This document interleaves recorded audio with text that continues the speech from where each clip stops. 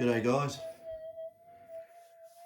How sensitive can we make one of the older detectors? What is all that interference? Oh, hang on a sec. I know what it is.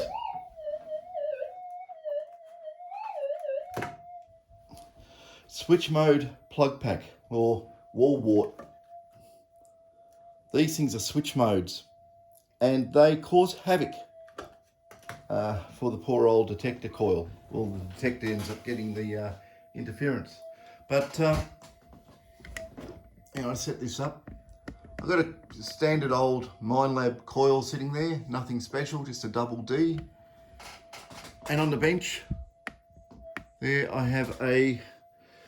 I've stripped down the detector I called No Ears. This is the one with the legs chopped off, but everyone calls it No Ears, so it's sort of stuck. And I basically rethought the whole design of parts of the detector, and I've implemented them, and I'm going to give some I'll do a little bit of a test. I'm going to show you some interesting things about the sensitivity of these detectors. Now, it may be a little bit wobbly. I'll crank this right up. I'll aim the speaker over here, so you probably should be able to hear it. So that's all set up. What I've done, I've had these, I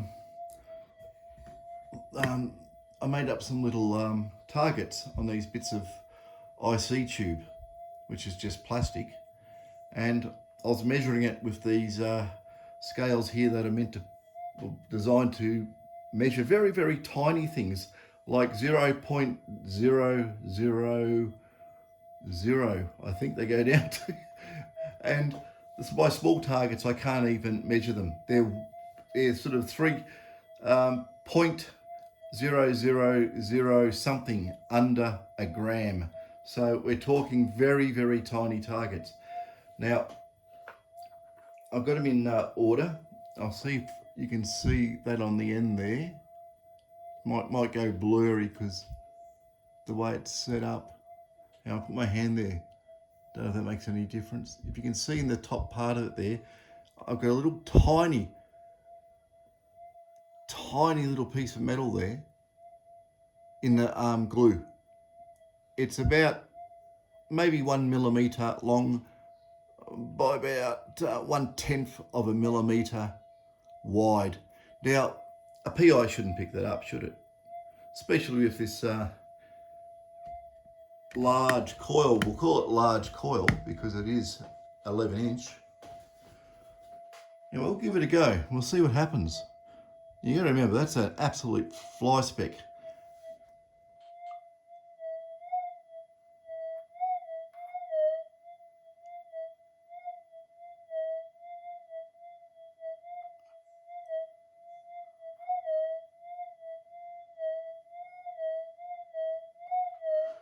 Now that would drive you crazy trying to find that.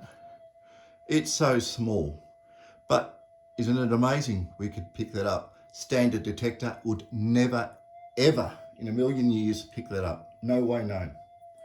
Okay, let's go to the next size up. This just registered on those scales. So it'll be 0.002 or 3, I think it was. It was somewhere around that area. I don't know if you can even see that. I'll put my hand there just to see if I can get a bit of focus on it. It's in the top part there, hiding in the glue.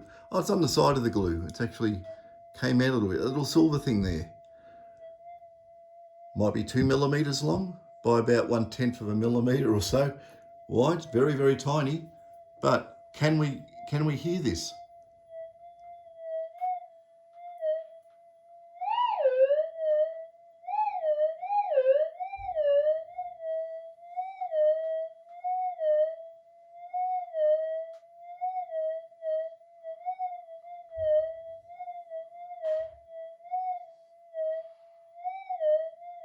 How's that for sensitivity? Okay.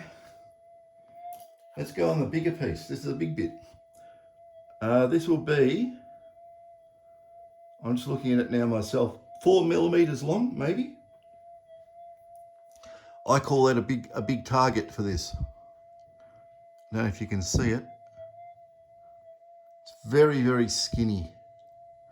But this is normally the size that you would be, oh, I don't know if you'd pick that up even.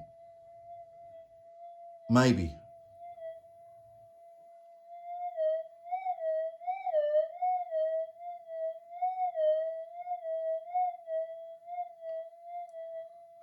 Okay, I'm getting quite a good distance here.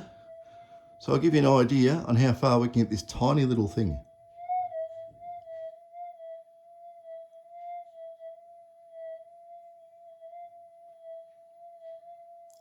About 8 centimeters from the top of the coil. Whoops.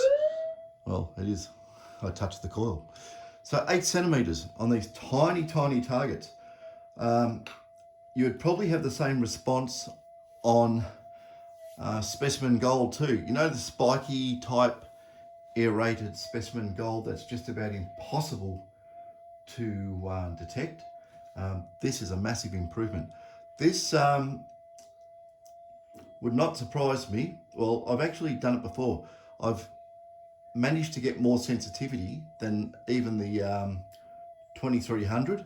And I will put on the disclaimer here, in my opinion, by using the detector. I did have a 2300 and I have moved it on. I did have a 7000 and I moved it on. And I just stick with the GPX 5000 and 4500 and earlier versions. Don't even discount the GP Extremes, the 3000s, the 3500s, going all the way back to the 2000. They all have their unique uses for detecting gold, and some of the old detectors will do things and new detectors will not, and some of the new detectors will do things that the older detectors will not. This is just my opinion. Don't get rid of your old detectors. Keep them. There's going to be more come out on this soon about why to keep your old detectors, and also, and probably more interesting, keep your old coils. Do not get rid of your old coils. You know all the new detectors are coming out with handshake agreements between the coil and the detector. Well, you're thinking, oh, my old coils, I can't use them, I'll get rid of them.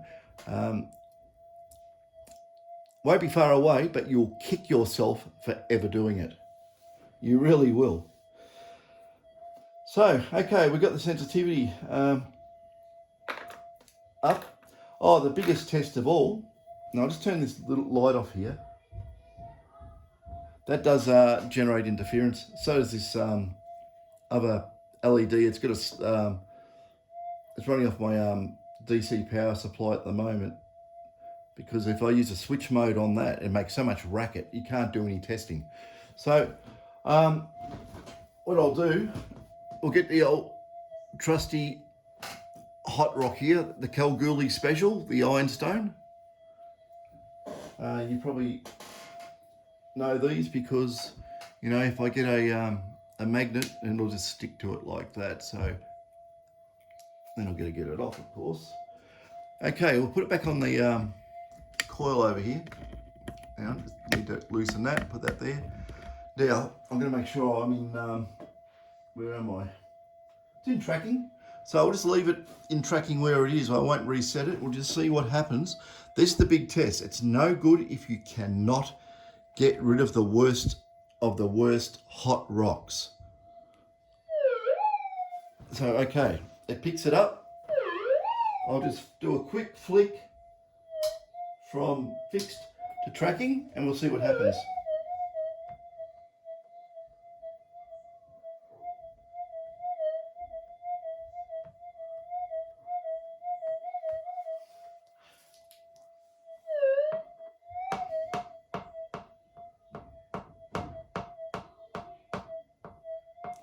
It's a little bit of hot rock there, but not much.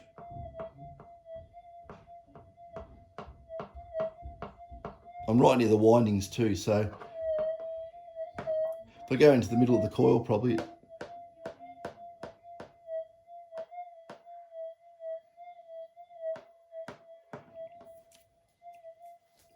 little bit of interference coming through. It might be riding on that. I'll just do another flick on it. Okay, and flick straight back into tracking.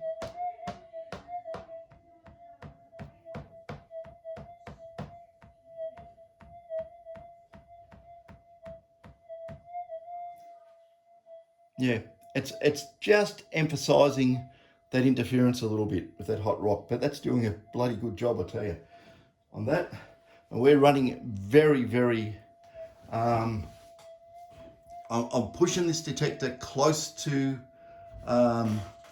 its capabilities of just before the receive signal starts intruding into the transmit time, or the transmit time starts intruding into the receive time. So you can get huge sensitivity by changing those parameters in the detector. And I'll just move the whole thing. I don't want to go near the coil, it'll scream. So this is the detector. I've redone the boards on this one in a completely different format. And this one here also has variable gain installed. And the gain isn't that high. This is an interesting thing. I'm gonna show you something about gain with a detector and small targets. Okay, let's say, for instance, we're about maybe half gain. Say I put it up.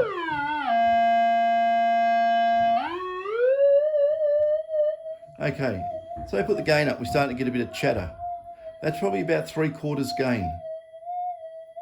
So normally, if you're going to detect with that much noise, and I'll pick the target, which was the smallest one. I think it's this one here. I've got my engineer's glasses on, so I can actually see which one's which. It's so damn small in there. But okay, we'll go over to the coil again. I'll loosen that off so I get up there. Okay, that little tiny thing on the end there, if you can see it, probably blurry, but anyway, can we hear it?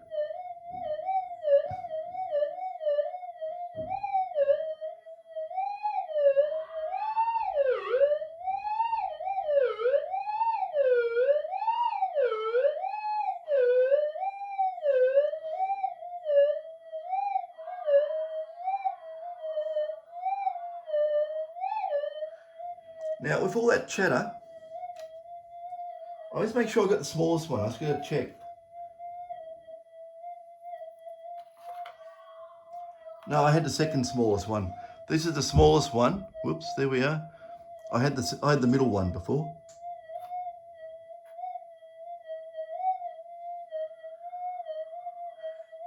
Now, even with all that chatter, with the extra gain, right? There's a lot of chatter coming through now because I'm starting to increase the gain. I'll see if we push it right to the limit. Oh, yeah, that's pushing the detector as far as it'll go. This is like, as I've done a lot of testing on this, I can't get it past this. Out in the field, this would most likely be quiet. It's all the 50 hertz interference here just getting in. It's just swamping the detector. But normally, all that noise would knock out a tiny target like that. But what happens?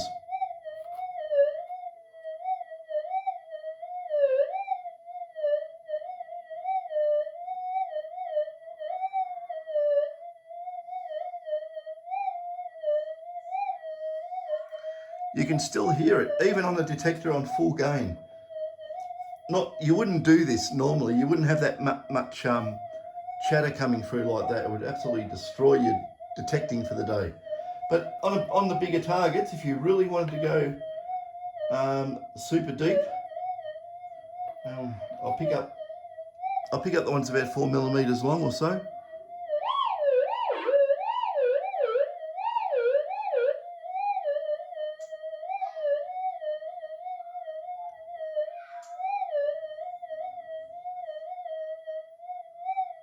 still picks it up at 8 centimetres. Sorry, it's not 8 centimetres. I'm reading the inches. Sorry, me is wrong. Hang on, here we go.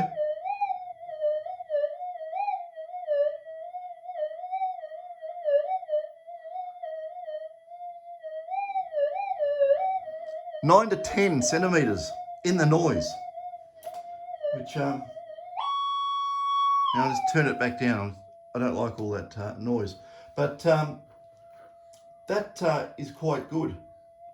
So if we turn it down, I've got the gain probably a little bit under half now to make things really quiet.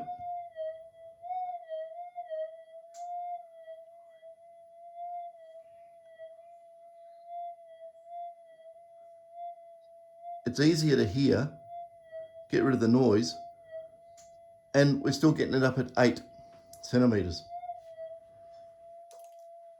The interesting thing was, say if I do put the detector up on full gain, let's see if it ground balances. This is, normally you would never operate a detector like that and you wouldn't be going over Kalgoorlie hot rock ground, but let's try it out. Okay. We'll let it settle down, we'll see what happens. I'll just flick it. Oops, wrong switch, hang on. Fixed, tracking.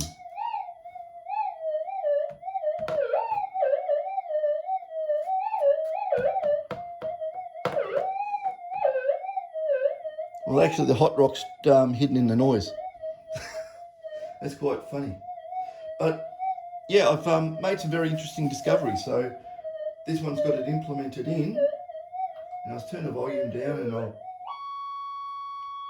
I'll turn it down to standard gain. So I'll put the volume back up. That's how the detector would run out in the field. Like that. It would be that quiet. So I'm very, very happy how this one has turned out. That one there. So what do you think? Do you think that is as sensitive as a GPX 6000? I'm asking. Does anyone know? Would a GPX 6000 pick up those tiny, tiny targets?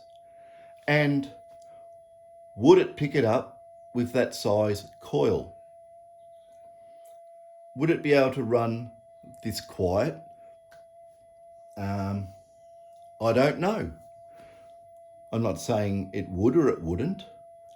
I'm just showing the results of my endeavours. So this is the bee's knees of detectors now. This one here goes like an absolute rocket. I mean, see if I can, there we go. I'll put in normal mode. I'll make sure I put in normal mode. I was going on fuel. Yes, I did. I put in normal mode. So in normal mode, it's very, very quiet. And on the lowest gain setting, I'll see if we can pick up my 0.05 speck of gold. I don't know if it will. Oh, easy. Okay, that's next to no gain.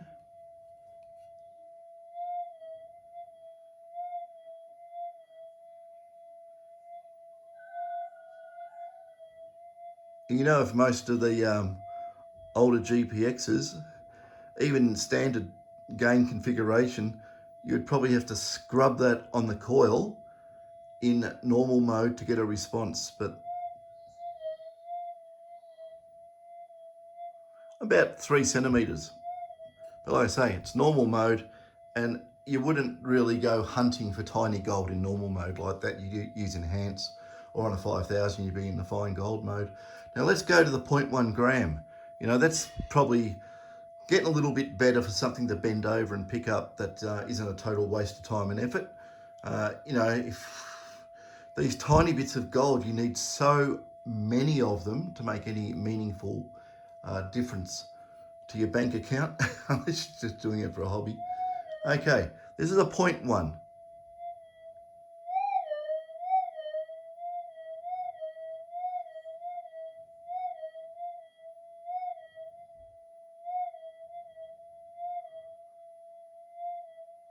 Okay, normal mode, 11 centimeters on that. That is outstanding. On a 0.1 gram, running hardly any gain on the detector, actually.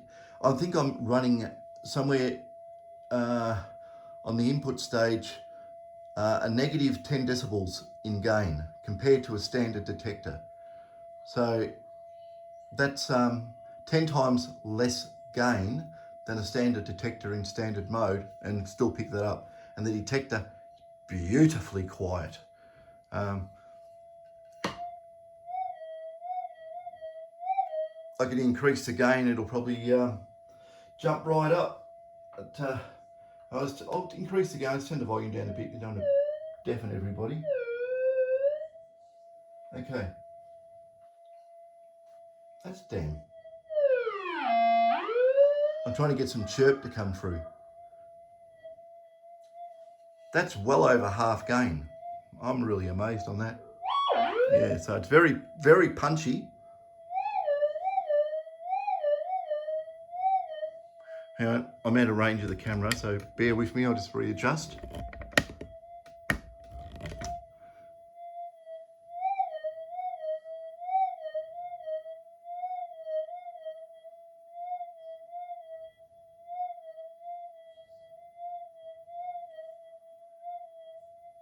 Oh, 14 centimeters on that. A little bit over half gain and relatively still quiet. The biggest test of all, can we get rid of the Kalgoorlie hot rock in normal mode with a fairly high level of gain? Now this is pushing it uphill. I don't expect it to work, but I'll just throw this into fixed and I'll throw it back into tracking to speed up the tracking process. Okay, and here we go.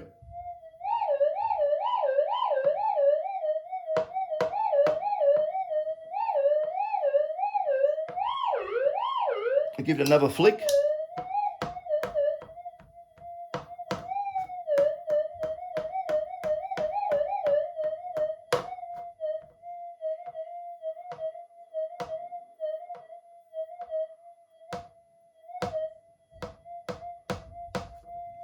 What do you think of that? I've never seen that before. Normal mode on these detectors with those Kalgoorlie hot rocks, they are the worst of the worst I've ever come across. They are the most nastiest hot rock you can ever get. They're just basically pure ironstone, or close to pure iron, I'd say, just powdered. They are very, very reactive. So that's a Kalgoorlie hot rock. It's fairly heavy as well. Now I've got another hot rock here. This is another nasty one. This has got some iron banding in it. Oops, hang on.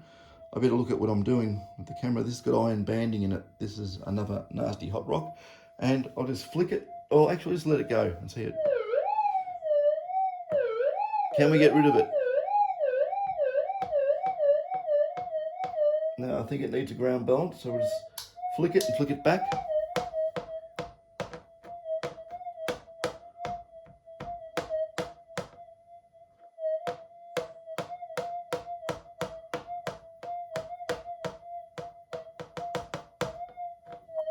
Well, it ate that for breakfast. That's one of the ones we get around central Victoria. These are pretty horrible as well. But there you go, normal mode. Blasted it into the weeds. Fantastic. If we want to go, we'll go completely crazy. There we are. How's that for a hot rock? We'll give it a go. We'll see what happens.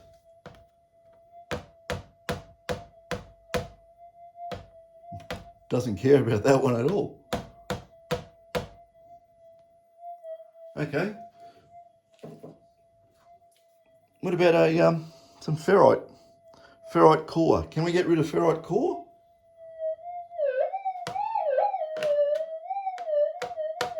I'll just flick it and see how I can get rid of that.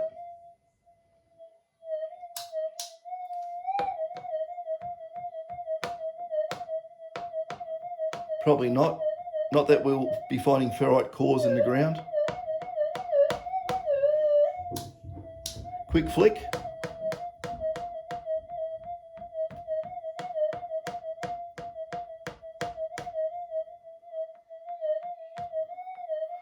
You're probably a hard ask getting rid of a ferrite core, especially in normal mode. Be able to get rid of it in